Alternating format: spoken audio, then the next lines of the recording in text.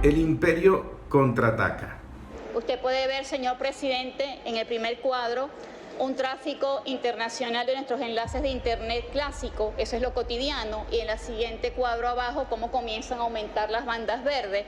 Eso significa entonces los 30 millones de ataques por minuto que recibimos durante el 28 de julio hasta el fin de semana. En la siguiente columna puede notar, presidente, cómo se incrementan los ataques durante las 24 horas del día.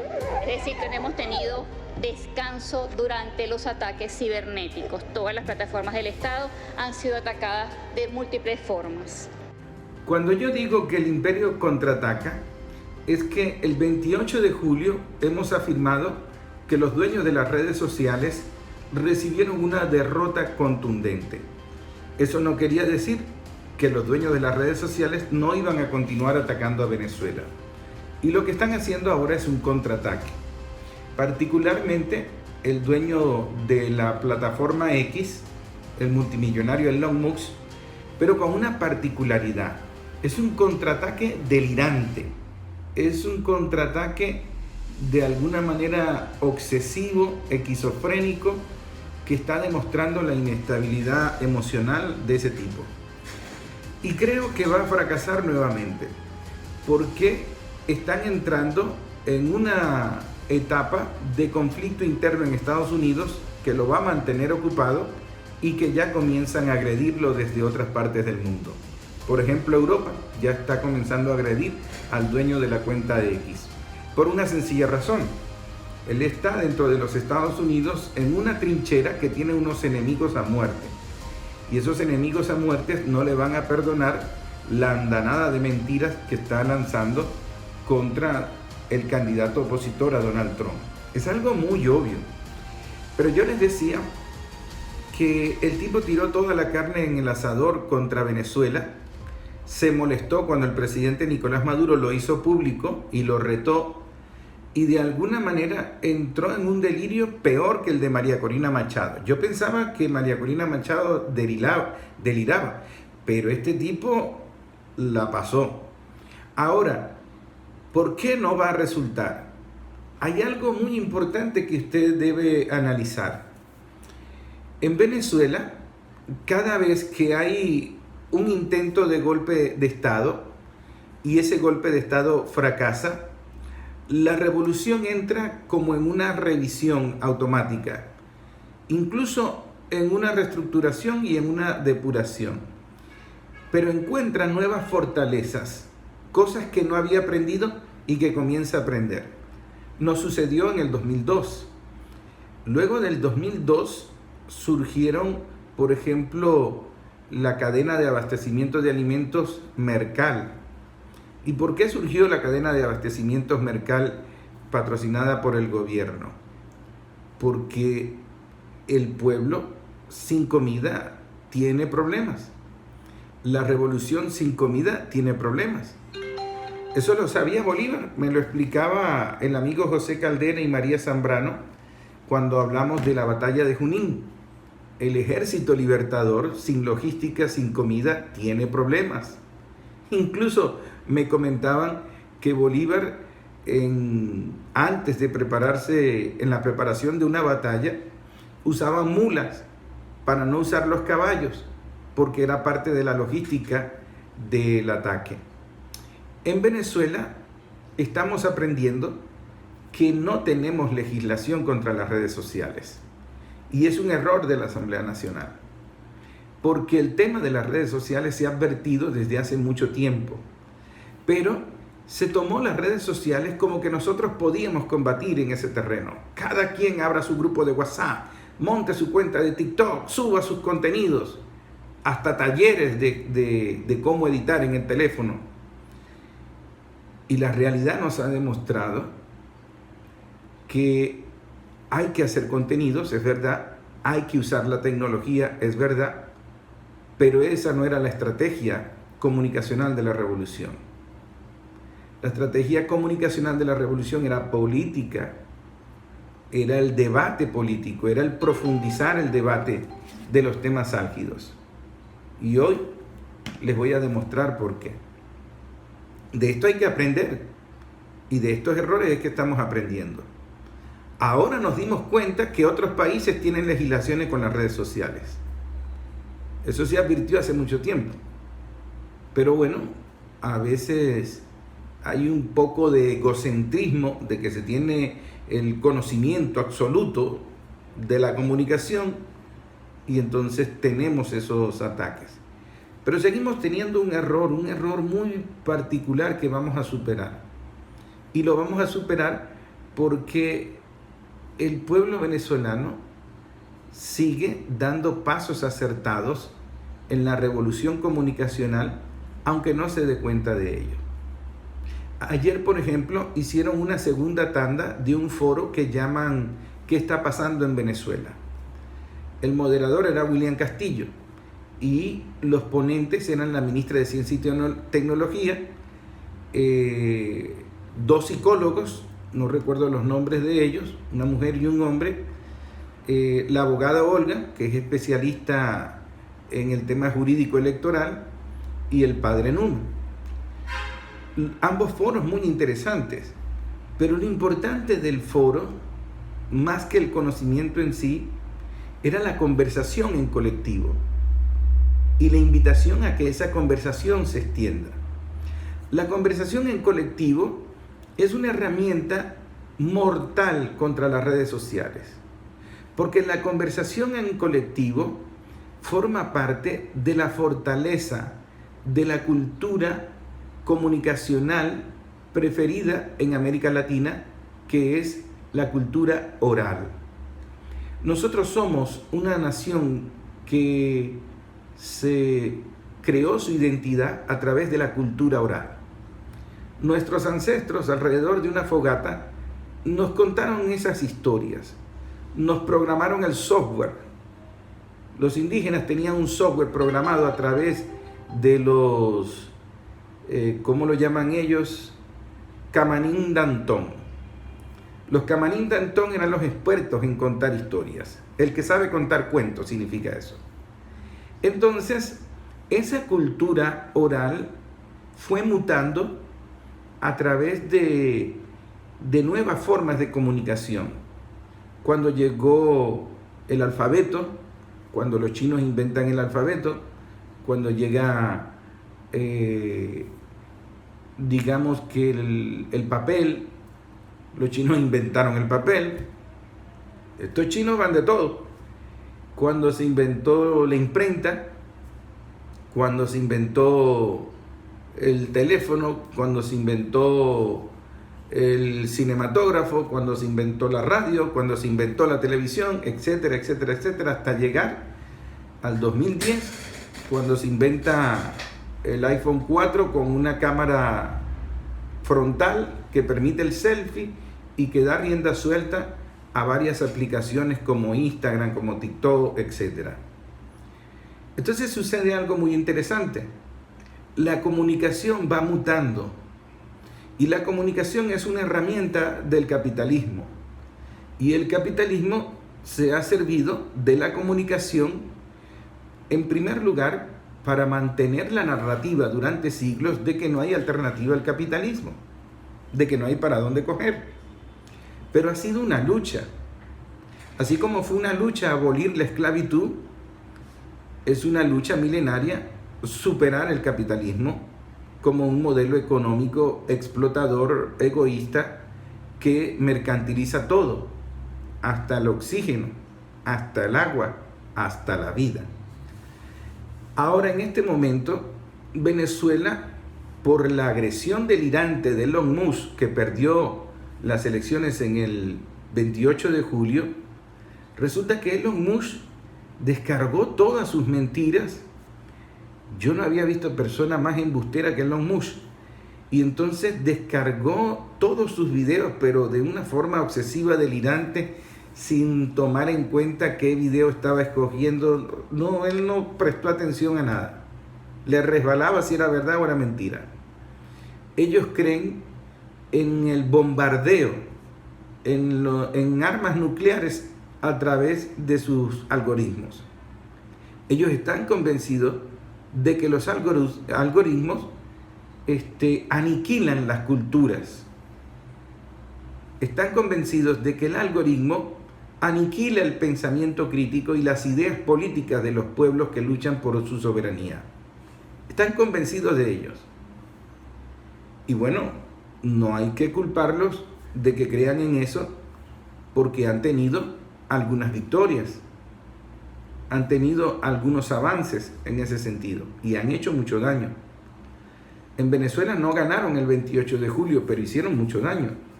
Hay 5 millones de venezolanos que votaron creyendo en esa narrativa, y no son 5 millones de fascistas, y no son 5 millones de guarimberos. Son 5 millones de personas que creyeron en una narrativa. Pero es algo mucho más complejo que decir que una persona es vulnerable a las redes sociales simplemente por el bombardeo. No, ellos saben dónde están ubicando la narrativa. Ahora, eso lo explicaremos más adelante. Resulta que ayer el presidente de la República en ese Consejo de Estado estuvo escuchando las explicaciones de Jorge Rodríguez, que fueron muy interesantes, sobre todo el enfoque cultural, psicológico que le da Jorge Rodríguez y la necesidad de legislar. Fue muy interesante la información que dio el fiscal, la cantidad de personas detenidas y, lo más importante, todas las víctimas mortales, los victimarios eran los comanditos. Es decir, cuando alguien alegue la represión, la sangre derramada el 29 de julio, la culpa es netamente de la oposición y sus comanditos, según las investigaciones que lleva el fiscal hasta el momento. Ahora, la frase más contundente y que de alguna manera la gente no lo cree o no comprende la dimensión de la amenaza es la frase contundente que dio la ministra de Ciencia y Tecnología: 30 millones de ciberataques por minuto. Es muy importante, al escuchar a la información de la ministra de Ciencia y Tecnología, sobre todo la necesidad de crear un consejo de protección, de seguridad para ciberataques. El presidente aprobó crear una comisión contra el fascismo. Y al crear esa comisión contra el fascismo, él está de alguna manera creando una instancia para el estudio de la manipulación de redes sociales y medios de comunicación que buscan justificar golpes de Estado e intervenciones en determinados países. Hay un objetivo más peligroso. ¿Y qué es lo que está buscando Elon Musk? Elon Musk hizo una alianza con el presidente de Argentina, Javier Milei, y Javier Milei está entregando toda la Argentina. Están haciendo negocios. Y de manera radical, frontal. Al parecer, María Corina Machado quiso hacer el mismo acuerdo con Elon Musk, entregarle, qué sé yo, materia prima que él necesita, contratos o lo que sea. Pero lo que están usando las redes sociales en este momento es una narrativa para justificar el asesinato del presidente Nicolás Maduro. Quieren hacer con el presidente lo que hicieron con el presidente de Haití. Quieren hacer lo que hicieron con Gaddafi. Quieren matar al presidente. Eso no lo estoy diciendo yo. Eso lo está diciendo un mercenario de un grupo muy famoso, Blackwater, creo que se llama así, o se pronuncia así, que ha estado declarando que la salida contra Venezuela es cotizar aún más la recompensa para asesinar al presidente.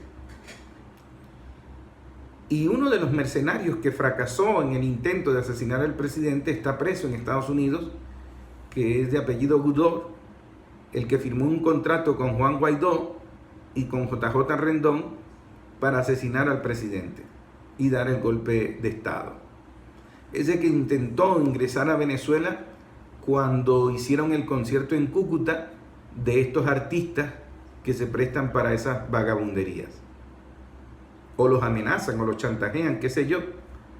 Pero un artista debería tener dignidad, debería tener respeto por otros seres humanos que incluso compartiendo, admirando su talento, no piensan igual a ellos.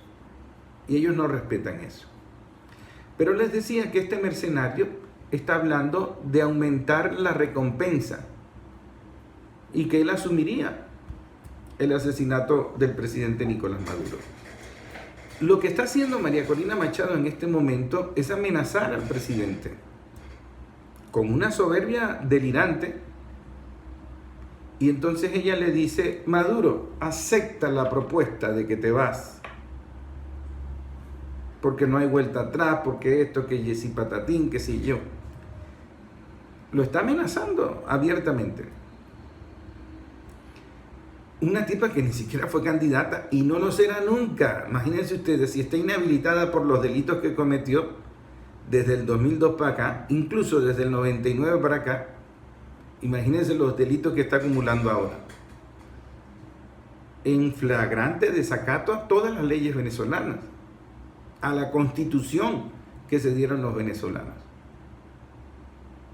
Entonces, tenemos tres problemas, o por lo menos para resumir esta gran cantidad de agresiones.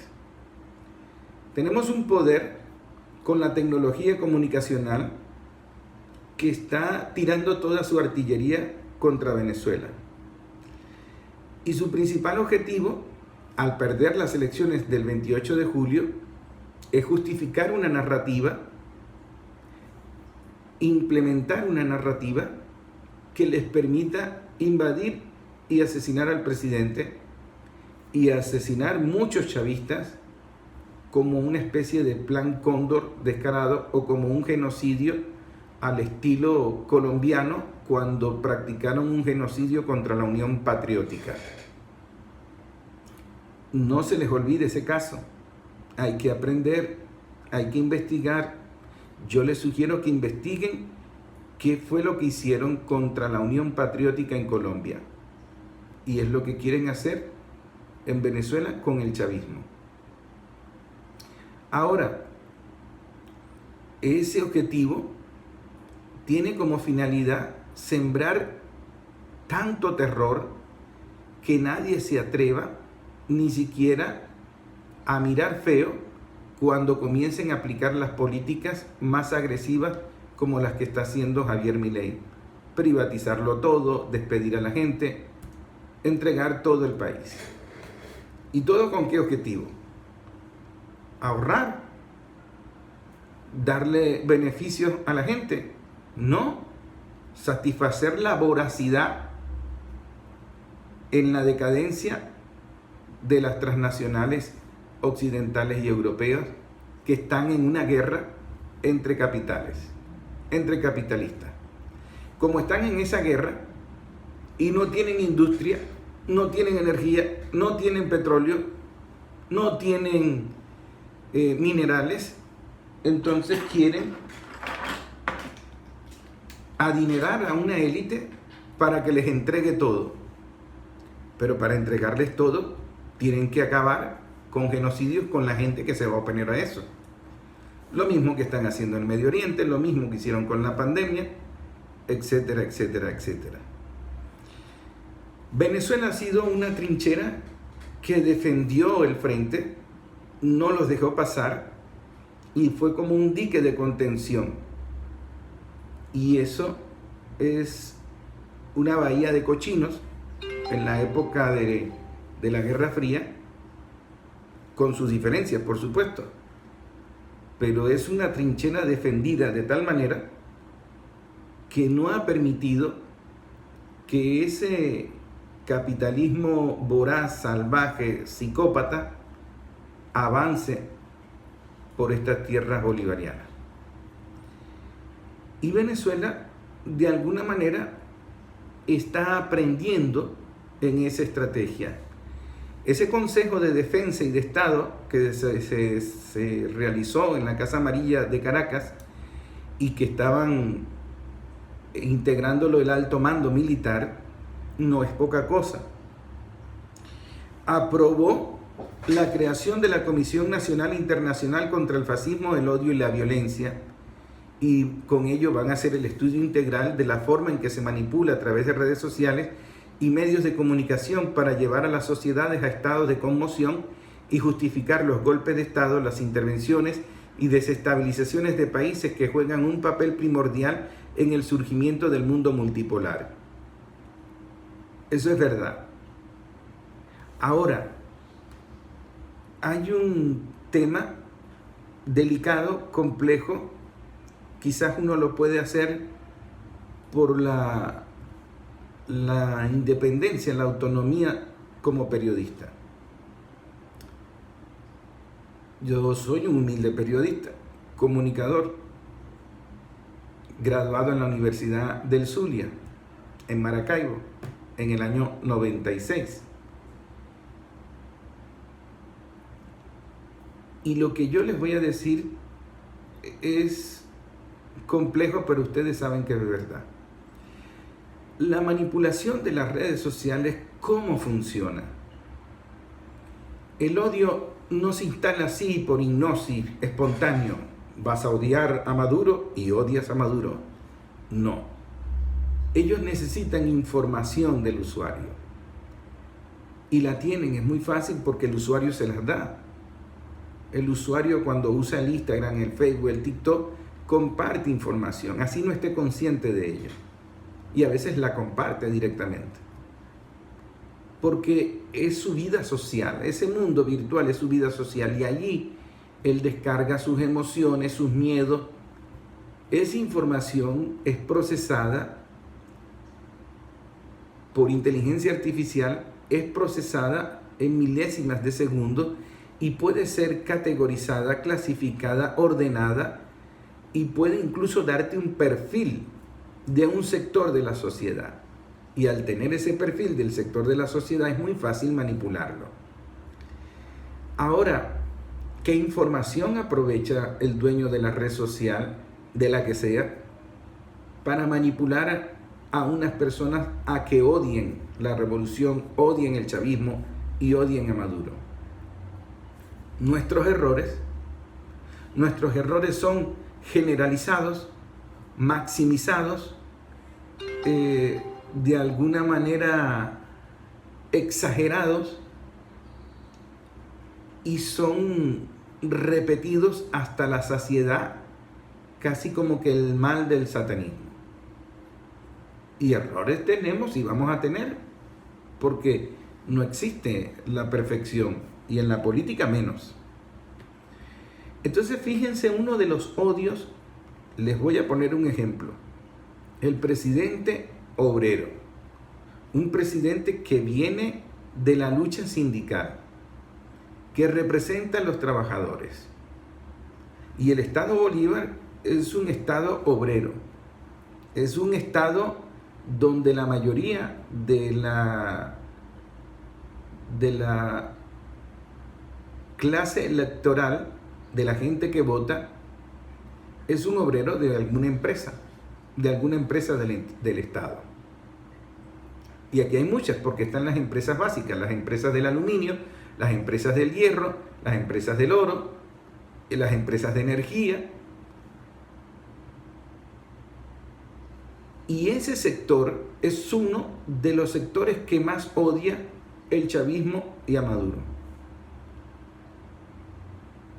Y para la gente en el exterior pudiese ser una contradicción, como el sector obrero es el que más odia a Maduro.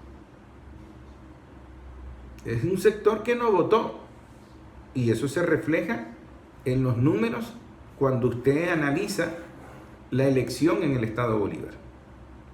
Eso no lo estoy inventando yo, analice los números, estudie los números. Eso no quiere decir que no haya un sector laboral patriota, leal, revolucionario. Por supuesto que los hay. Pero en este momento en las empresas básicas son minorías. ¿Y por qué son minorías? Porque ese odio es muy fácil de fomentarlo en la clase obrera por los errores que se han cometido en las empresas. El primer error, el presidente de SBG anterior al que está actualmente está preso por corrupción. Pero no solamente preso por corrupción, el tipo era un pedante. Y además de pedante, hizo mucho daño a la oposición y al chavismo. A la oposición porque la oposición sabía que era un ladrón, que era un corrupto, que estaba robando. Y al chavismo porque desmoralizó al chavismo, atacó al chavismo, persiguió al chavismo, excluyó al chavismo. A veces incluso beneficiando al opositor, que también le mete al sinvergüenza. Porque hay gente que cree que los opositores son los únicos honestos en este país. Y no es verdad. Ahora, ese daño que hizo el expresidente de CBG, hoy detenido, hoy preso, genera una herida, genera un resentimiento. Y los dueños de las redes sociales conocen esa herida, conocen ese resentimiento. No tienen que investigar mucho. Y entonces la historia que le llega a esa víctima política del expresidente de CBG, pues es muy fácil incubarle el odio. Es un tiro al suelo, porque lo que tienes que alimentar es la corrupción, el nepotismo, el mujererío que metieron allí, las sinvergüenzuras que hicieron allí, la hipocresía, que estaban robando y argumentaban sanciones, y estaban robando y argumentaban sanciones, y estaban robando. Eso caló en la psiquis de un sector de Venezuela y en un sector del chavismo. Hay gente del Partido Comunista Virtual que odia a Maduro, y al grado de que pareciera que justifican hasta el magnicidio. Y no son locos, no son psicópatas, son resentidos, porque ellos no entienden qué es una revolución, qué es un proceso. Para ellos es algo personal, desde el ego. Son personas que hablan desde el ego, desde lo individual. Y pueden tener razón en las críticas. Yo no estoy diciendo que no hayan errores y no hayan problemas. Pero las redes sociales utilizan el odio donde tienen información del resentimiento por un error de la revolución. El problema de la revolución es que rara vez debate esos errores y le cuesta mucho corregir esos errores. Ayudó mucho al presidente de la República a haber metido preso al expresidente de CBG. Estoy nombrando uno solo, pero son muchos. El presidente de PDVSA, el ministro de Energía, el exministro de Finanzas, una gran cantidad de gerentes. Es una larga lista. Y no en un momento determinado, sino en varios momentos de la revolución. De PDVSA hay varios. Del Pino, Rafael Ramírez, Tarela Isami, Guaycaipuro, que se fugó. Entonces, si usted se da cuenta que a los dueños de las redes sociales les queda muy fácil incubar el odio, ahí no hay que ir con tanto psicólogo, porque entonces el psicólogo empieza que si la guerra cognitiva, que si la repetición. Sí, eso es verdad. No estamos negando eso.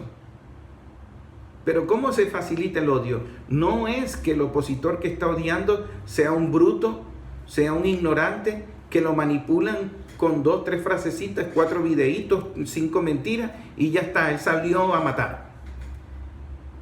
No. Ese opositor viene de alguna manera detectando esos errores.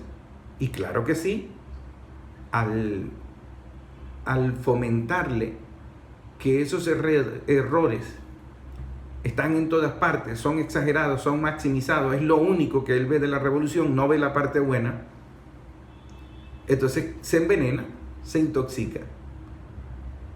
Pero la revolución tiene que corregir esos errores, porque el odio que incuba los dueños de las redes sociales necesita un vacío.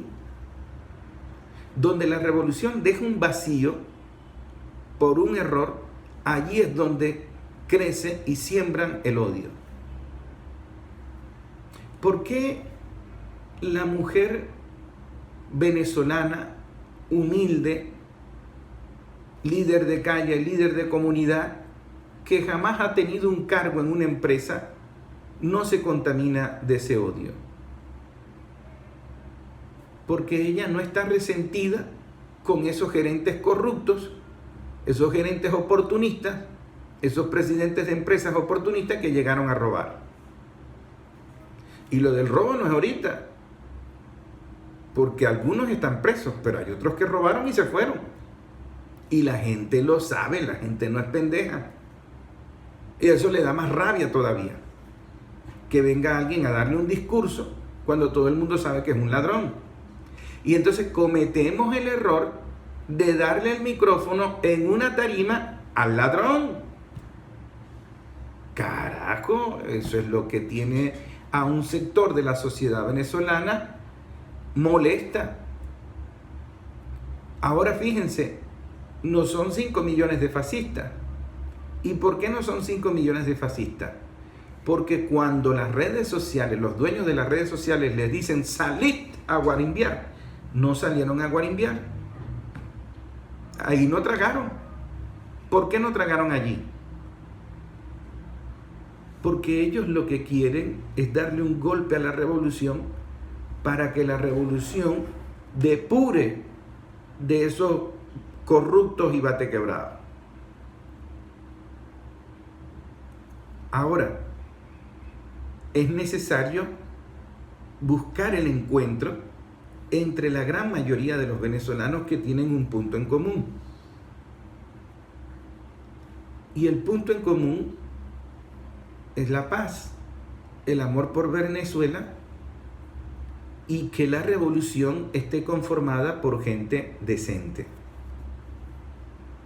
La gente no tiene problema con las misiones, no tiene problema con el socialismo, nunca tuvo problema con los médicos cubanos.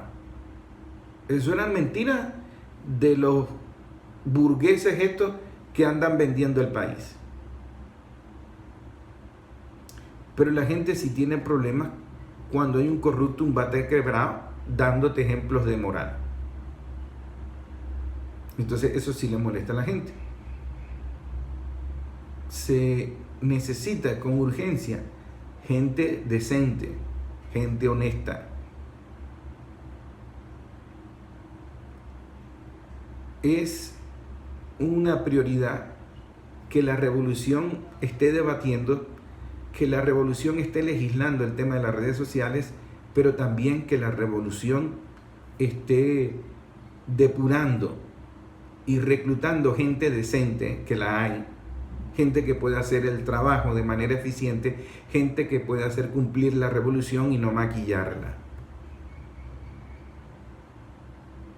Y el problema con la revolución es que recluta opositores para hacer revolución.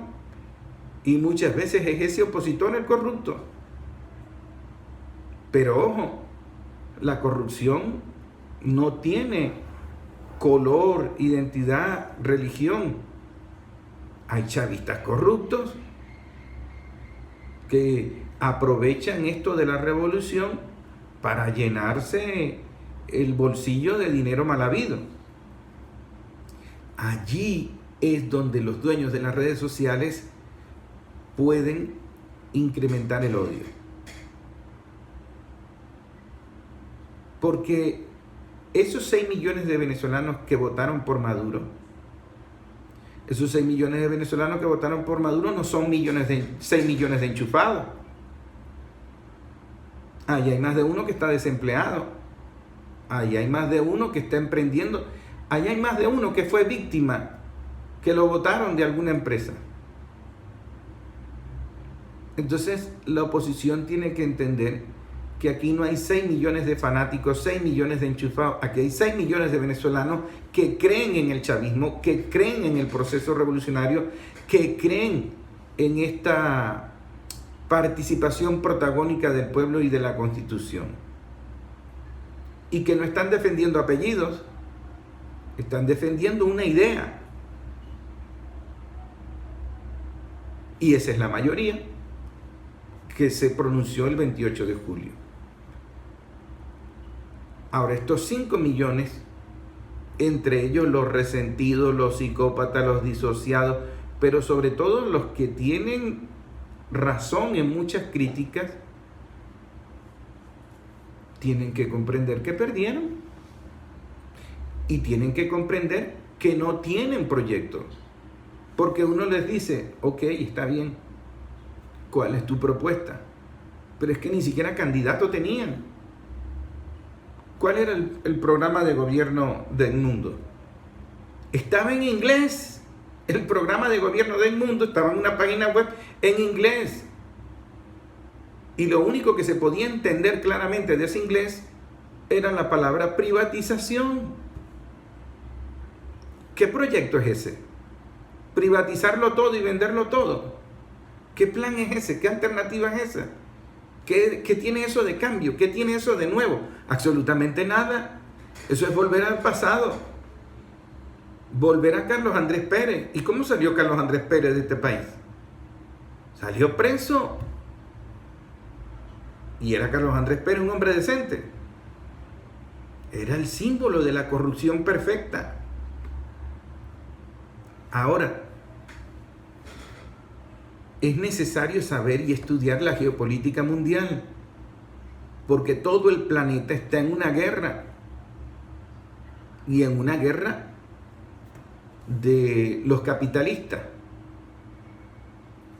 Volviendo al tema del dueño de X, de la red social, el multimillonario Elon Musk, ayer le hizo una entrevista al candidato republicano Donald Trump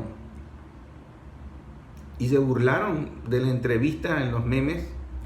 Tuvo fallas esa entrevista, y entonces resulta que están atacando otras redes sociales, otros medios de comunicación están atacando a Elon Musk. Está sucediendo lo que le dijimos hace 2 semanas. Ellos van a tener que desatender Venezuela para atender esa guerra interna que tienen en los Estados Unidos. A Elon Musk lo van a atacar duro, y lo van a atacar duro otro poder comunicacional dentro de Estados Unidos, porque ellos tienen una guerra civil interna, no del pueblo. El pueblo norteamericano está de alguna manera muy lejos de esa carnicería que tienen los grupos económicos dentro de Estados Unidos. El pueblo norteamericano ni siquiera está de acuerdo con el genocidio contra Gaza. Lo demostraron los estudiantes de las universidades privadas, de las universidades prestigiosas de Estados Unidos. Los estudiantes se manifestaron en contra de la guerra y los metieron presos y los reprimieron. El pueblo norteamericano quiere quitarse esa casta de poderes económicos, de transnacionales que viven del narcotráfico, de la guerra y de la comunicación, de la mentira. Pero no encuentran manera. No encuentran manera porque es un sistema que está de alguna manera estructurado para la impunidad y para la inmunidad del poder económico. Entonces es un problema político. Allá también hubo persecución descarada. Entonces, en este momento, Venezuela entra en un debate permanente, en una cultura oral que nos va a permitir aprender mucho. Y eso nos está salvando. Pero en esa cultura oral, en ese debate, no solo tenemos que analizar la manipulación de las redes, tenemos que analizar los vacíos de la revolución, los errores de la revolución, donde esas redes actúan para poder incrementar ese odio y poder lograr esos 5 millones de venezolanos que votaron en contra. Porque la revolución no logra explicar bien por qué 5 millones de venezolanos apostaron por la nada. Porque el mundo es la nada. Habían 8 candidatos más de oposición y no llegaron ni siquiera a un 10%. ¿Por qué si hay un venezolano opositor decente, que lo hay, por qué no votó por esos otros 8 candidatos? ¿Por qué votó por la opción más fascista, por la opción de vender la patria? ¿Por qué votó por el abismo, por la anarquía? ¿Por qué votó por el mundo? Esa rabia profunda no nació ayer, no nació el 27 de julio. Es una rabia que se viene acumulando cuando metiste preso a Tarek El-Aissami. Y entonces, ¿qué le molestó a él? Que nombraste a Tarek El-Aissami ministro de Interior y Justicia. Lo nombraste presidente de PDVSA. Lo pusiste al mando de la política económica del país. Y el presidente dice, bueno, sí, cometí un error, lloré, me enfermé y yo mismo lo investigué y lo metí preso. Pero en ese trayecto, ¿cuánto daño hizo? ¿Cuánto resentimiento generó? Y estoy hablando de uno. Pero un gerente en una empresa es capaz de matar miles de votos, de hacer mucho daño. Y entonces después nos preguntamos, ¿por qué perdimos en un centro donde siempre ganaba el chavismo? Por esas decisiones de corruptos bate quebrados dentro de la revolución. Eso hace daño. Eso es lo que hace el diablo. Divide y vencerás. Esa es la doctrina, la estrategia que le ha funcionado a Inglaterra durante siglos. Divide y vencerás. Y esa fue la doctrina que le enseñaron a los gringos. Divide y vencerás. ¿Y con quién estaba delinquiendo Tarek El-Aissami? Con Julio Borges y Leopoldo López. ¿Se dan cuenta de dónde está la fortaleza de las redes sociales para atacar la revolución? Allí está la fortaleza de los dueños de las redes sociales para atacar la revolución. Si nosotros no debatimos eso, seguimos teniendo una trinchera abierta para que los dueños de las redes sociales sigan generando odio. Y entonces nos ponemos muy románticos, que los venezolanos nos amemos, nos reconciliemos. Necesitamos reclutar gente decente, quitar corruptos, bate quebrados y poner gente decente. ¿Cómo garantizamos nosotros que tenemos gente decente en esos cargos? Y hablo de las empresas, pero eso es en todos lados. Gente decente necesita la revolución, con urgencia. Gente decente. Que no le pueda, que no quepa duda de su honestidad. La gente no puede seguir votando con un pañuelo en la nariz. Y en el 2025, oye, entramos en otra contienda electoral. Los dueños de las redes sociales saben dónde está el resentimiento del opositor. Y el opositor de esos 5 millones no atendió el llamado a las guarimbas, porque es pacífico, pero no todos son psicópatas enfermos. Allá hay mucha gente que está resentida con un sector indecente que finge ser revolucionario. Ahora, la mayoría es decente y por eso la narrativa de las redes sociales no solo es una mentira, sino que hay que demostrarla.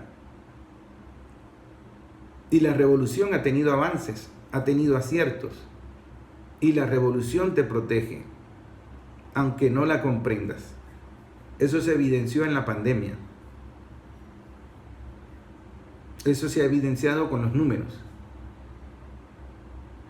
Las ideas de la revolución crearon 5 millones de viviendas. Que alguien se robe la vivienda, eso no es culpa de la revolución. No existe un artículo que diga se puede privatizar la vivienda. Eso lo quería hacer Julio Borges. Entonces, la revolución hay que protegerla. Las ideas hay que defenderlas. Pero la república es con republicanos. La revolución es con revolucionarios. Entonces es un proceso. Ahora, en este momento hay muchas informaciones que debemos analizar con lupa porque nos pueden orientar para ese debate, para esa discusión. Y lo que está sucediendo en el mundo es mucho más interesante. Las redes sociales van a entrar en una guerra interna. Se van a matar porque en Estados Unidos, digamos que son los líderes del mundo unipolar, tienen a su vez en lo interno gente que quiere ser jefe. Entonces cada vez está más la sensación de que en Estados Unidos no hay quien gobierne. Están mucho cacique y poco indio. Es un saco de gatos. Se están matando entre sí.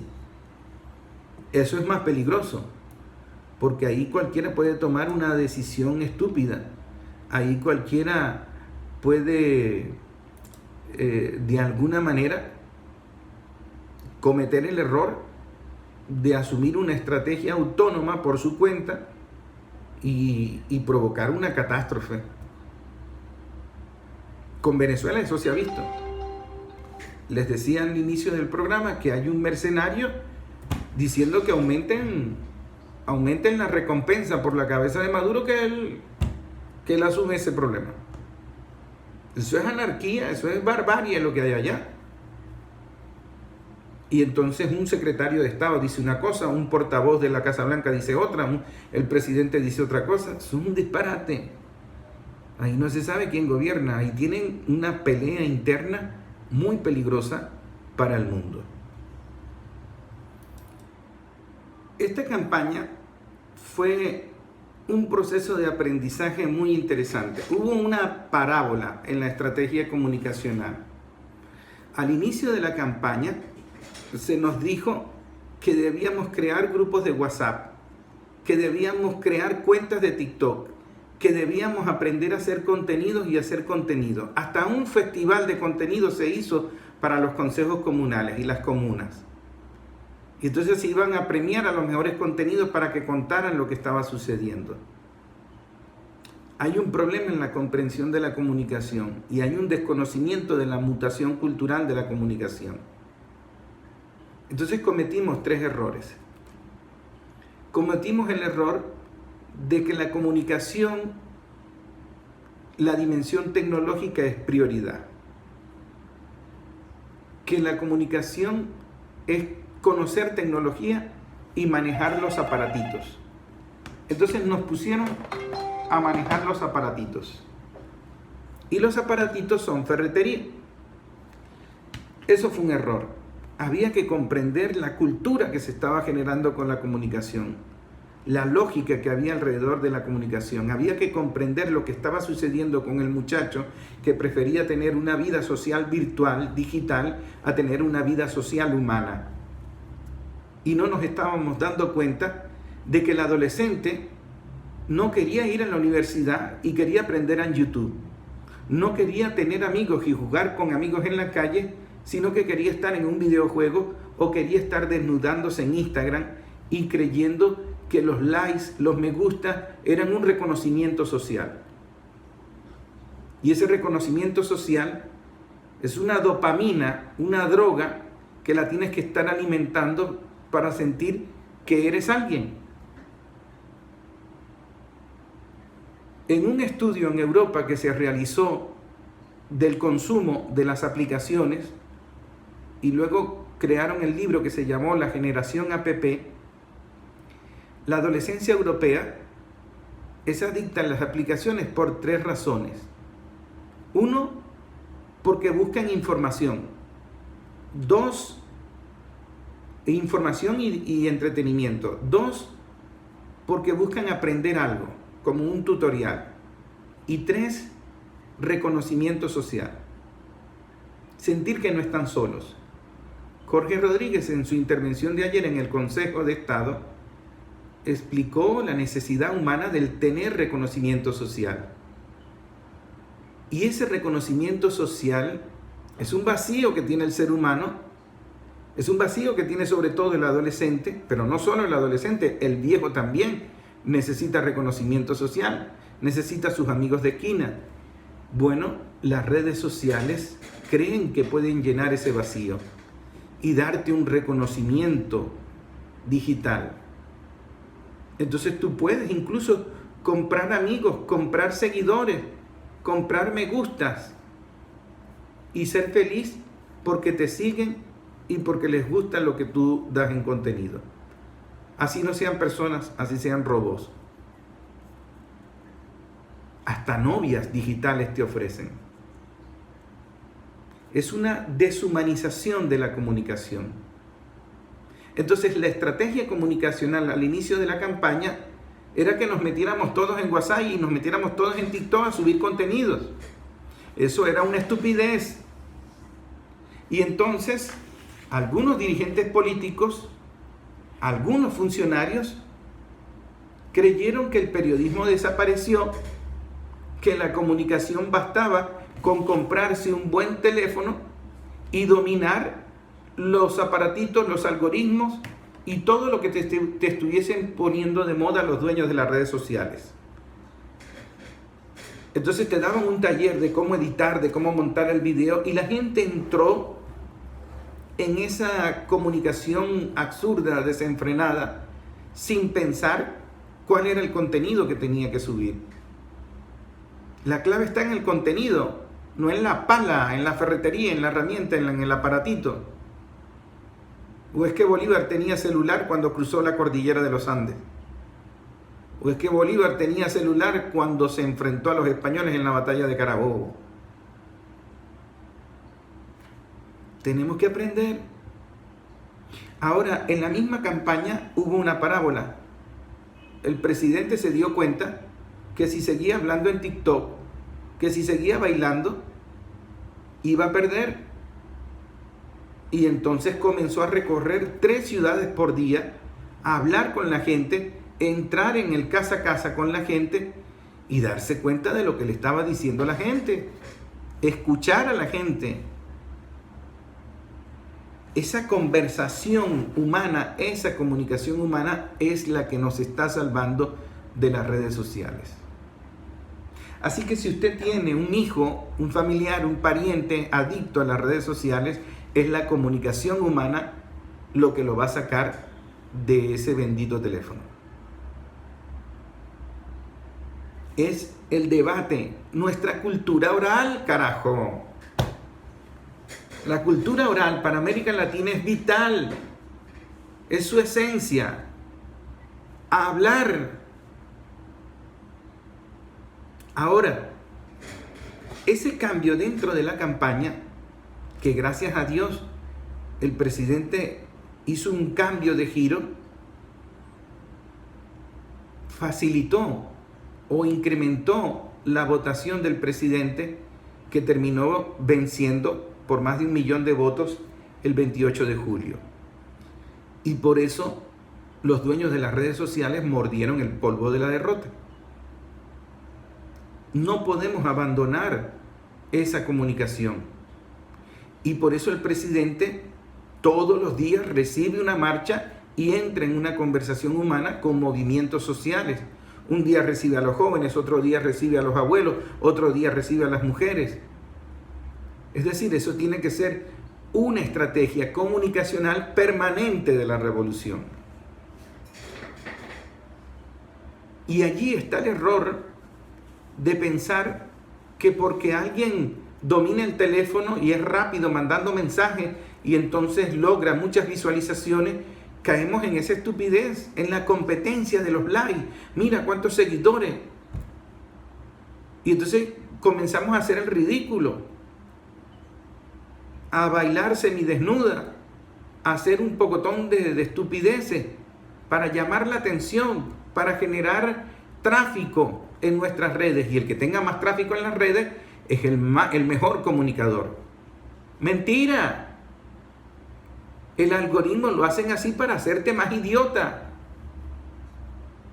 Yo veo con sorpresa estudiantes de comunicación social, de periodismo, que ahora son colegas, que entonces se desnudan en Instagram, se desnudan en Facebook para llamar la atención. Y entonces creen que esa popularidad son buenas comunicadoras y por allí tratan de vender. Es una estupidez. Ahora, nosotros tenemos que atender el tema de la formación, porque es un problema de salud pública, pero también es un problema educativo. Y en el sector educativo tenemos problemas. El sector educativo, tanto como los obreros de las empresas básicas, tragaron odio. Si hay un sector que votó en contra de Maduro, fue el sector docente. El sector docente tiene odio, tiene resentimiento, tiene heridas. Y ese es el sector que está enseñando a los muchachos. Entonces, cada vez hay como una mayor intención de incubar el odio donde estamos formando el muchacho. Eso no es casual. Entonces ellos saben que el docente domina muy poco lo de las redes sociales, domina muy poco de la comunicación digital, es un analfabeta del algoritmo de las plataformas tecnológicas, pero sí conocen sus debilidades, sí conocen su sufrimiento, sus necesidades económicas, sus expectativas. Al sector docente es el sector al que más le han incrementado el salario mínimo. Busque cuántas veces se le ha incrementado el salario al sector docente y con todos los incrementos no se ha resuelto el problema. Entonces la vía no es por incrementarte el salario mínimo, pero tienes que sentarte con el sector docente y escucharlo, porque el sector docente está sufriendo. Los dueños de las redes sociales saben cuál es ese sufrimiento y le están incubando el odio. Entonces, si en el sistema educativo tú tienes un docente que odia la revolución, el docente educativo no va a ser la trinchera que te advierta de los daños que están haciendo las redes sociales en los muchachos. Se puede convertir hasta en cómplice de las redes sociales, en lugar de un combatiente contra las redes sociales. En Canadá hay un consejo de colegios que están demandando a los dueños de las redes sociales porque están afectando el procedimiento de aprendizaje, la forma de aprendizaje de los estudiantes. Es un problema de salud pública. Y el docente venezolano tiene que investigar y darse cuenta de que las redes sociales le están haciendo daño a los estudiantes. Ellos son la primera trinchera que se dan cuenta de ese daño. Pero resulta que en materia política ellos tragan el odio y no se dan cuenta que ellos también son víctimas del algoritmo de las redes sociales. Es un resentimiento que hay allí, una herida que no se ha sanado allí, por una razón muy sencilla. No se sientan a escuchar a los docentes. Yo creo que el presidente y toda su cadena intermediaria del sistema educativo tienen que comenzar a sentarse a escuchar a los docentes, tanto de planteles públicos como privados, para tratar de darse cuenta de los problemas de la revolución en atender las necesidades de la educación. Porque nosotros atendemos la educación con las bricomiles, eso está maravilloso. Y las bricomiles son un esfuerzo. Pero pareciera que en el esfuerzo de las bricomiles no hay diálogo, no hay debate político o no se escucha a la gente. Tú no puedes ir a la escuela, pintarla, ponerle un techo y dar un discurso e irte. Tú tienes que escuchar qué está sucediendo allí. Y tienes que saber a quién estás reclutando para dar clases. Porque un resentido, alguien que odia, no puede dar clases. Ahora, es un proceso, es un debate que tiene que venir. Es un debate que tenemos que dar. Ahora fíjense, en Estados Unidos hay un centro de lucha contra el odio digital. Un centro de lucha contra el odio digital. En Estados Unidos. Ellos saben el daño que causan las redes sociales. Y resulta que ese centro de lucha contra el odio digital difundió una investigación donde se identifican al menos 50 publicaciones en la plataforma X entre el 1 de enero y el 31 de julio de este año que fueron desacreditadas por verificadores de hechos independientes referidas a las elecciones estadounidenses. Es decir, la cuenta de X entró en la misma guerra de mentiras contra Venezuela, contra Estados Unidos. Y al que están acusando, obviamente, es el dueño, el embustero más grande de este planeta en este momento. Entonces, el director ejecutivo y fundador de ese centro de lucha contra el odio digital, que se llama Imran Ahmed, señaló que el dueño de la plataforma X, Elon Musk, está abusando de su posición privilegiada como propietario de una plataforma de redes sociales pequeña, pero políticamente influyente, para sembrar desinformación que genera discordia y desconfianza. Vuelvo y repito, es un problema de salud pública. O como dijo Diosdado Cabello, que tiene razón, es un problema de Estado. Y como tal lo tenemos que tratar. ¿Dónde carajo está el debate en el sistema educativo de las redes sociales haciendo daño a los muchachos? ¿Para cuándo vamos a dejar ese debate?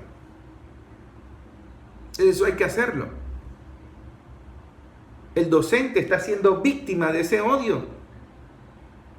El sector docente está votando con odio.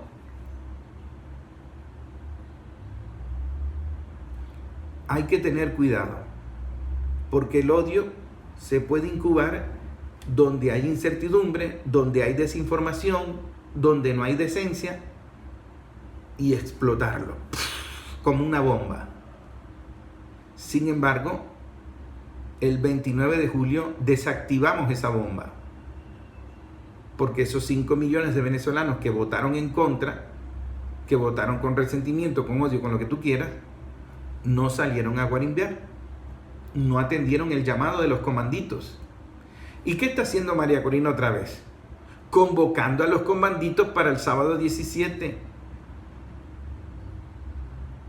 Nosotros tenemos que seguir hablando con la gente para que esas convocatorias al odio de esa psicópata no tenga efecto. Por eso, el 28 de julio, el 29 de julio, el 30, mordieron el polvo de la derrota. Fue una victoria histórica. Pero depende de nosotros seguir ganando las batallas. Creo que es acertado el generar foros, conferencias, debates en todos lados. Hoy yo me voy a una reunión para debatir estos temas, para debatirlo con un grupo político. Y yo estoy dispuesto a ir a cualquier lugar, a cualquier escenario, a conversar, a explicar el tema de las redes, a dar charlas, a dar conferencias, a escuchar, a lo que ustedes quieran. Estoy dispuesto a ir a donde ustedes quieran para debatir y hablar estos temas, porque son necesarios. son necesarios explicarlos. Hacemos el esfuerzo de grabarlo y montarlo en YouTube para que la gente lo pueda ver, lo pueda compartir. Y el algoritmo es de ellos. Los canales son de ellos. El presidente, iniciando la campaña, invitó a todo el mundo en TikTok. Terminando la campaña, ganando las elecciones, TikTok le eliminó la cuenta. Y TikTok tiene capital chino. Pero es la misma lógica del poder. Independientemente de que sea chino, marciano, de Júpiter. Son medios para el capitalismo. El sistema es de ellos, el algoritmo es de ellos. Entonces el presidente se dio cuenta que no vale la pena matarte por tener la cuenta en TikTok si el mismo TikTok te cierra la cuenta. ¿Y cuál fue el argumento de TikTok para cerrar la cuenta del presidente? Que se transmitieron los videos de violencia que transmitió TikTok para generar violencia. Fíjense en la hipocresía de TikTok, que es lo que denuncia el presidente. Te das cuenta que al inicio de la campaña la estrategia comunicacional no era estar aprendiendo TikTok y estar buscando TikTok como si TikTok nos iba a hacer el trabajo comunicacional. El algoritmo es de ellos. La tecnología es de ellos. Tú puedes utilizar la tecnología de ellos contra ellos, pero no depender de la tecnología de ellos. Diosdado Cabello denunció ayer que YouTube le cerró el canal. Entonces, ¿cuál es el esfuerzo o cuál es la pendejada de alimentar de contenidos el YouTube? De matarse por los seguidores, si YouTube de un plumazo con total autoritarismo viola la libertad de expresión de a quien él se le venga en gana. Y le multiplica los seguidores a CNN, a Deutsche Welle, para hacernos creer que eso es libertad de expresión. Eso no es libertad de expresión, carajo, eso es dictadura de la más descarada. Ahora, Diosdado Cabello en la rueda de prensa dice, hay más de 20 países que tienen leyes contra las redes sociales o para regular las redes sociales. ¿Y para cuándo lo vamos a dejar nosotros? Perdón. Hay más de 70 países en el mundo que regulan las redes sociales. ¿Y para cuándo Venezuela lo va a dejar? Si nosotros venimos de un golpe mediático en el 2002, si venimos de un ataque internacional mediático en el 2019, y del 2002 al 2019 los medios de comunicación no han dejado de decir que Venezuela es una dictadura. Nosotros tenemos que entender que la comunicación nuestra tiene que ser humana, tiene que ser debate. La clave está en el contenido y que necesitamos verdaderos comunicadores, no gente que maneje el telefonito pero no tenga nada en la cabeza. Tú no le puedes dar un teléfono como un arma de guerra a alguien que no tenga formación política. Tú no le das un fusil para la guerra a alguien que no tenga formación política, porque lo importante no es el fusil, lo importante es la formación política, porque si no el día de mañana te dispara contra ti. Entonces Ignacio Ramonet en un encuentro con el presidente en la presentación de la Universidad Internacional de la Comunicación cometió un error. Él dijo esto, el teléfono es una R15, es un rifle. Hay que darle a todo el mundo el teléfono. A todo el mundo no. Al que tenga formación política, al que sepa darle uso a esto. Porque tú no le das un fusil a cualquiera. Si tú le das un fusil a un oportunista, a un traidor, ese te va a pegar un tiro cuando dé la espalda. Si tú le das un teléfono a un oportunista, a un traidor, te va a disparar digitalmente cuando dé la espalda. La comunicación es más compleja. La comunicación no es algo tecnológico. La comunicación es algo humano, político. Y necesitamos urgente formación política. Y necesitamos urgente formación política con gente decente. Y por allí es que estamos venciendo a los dueños de las redes sociales. Y por allí es que vamos a aprender y a superar todos estos problemas.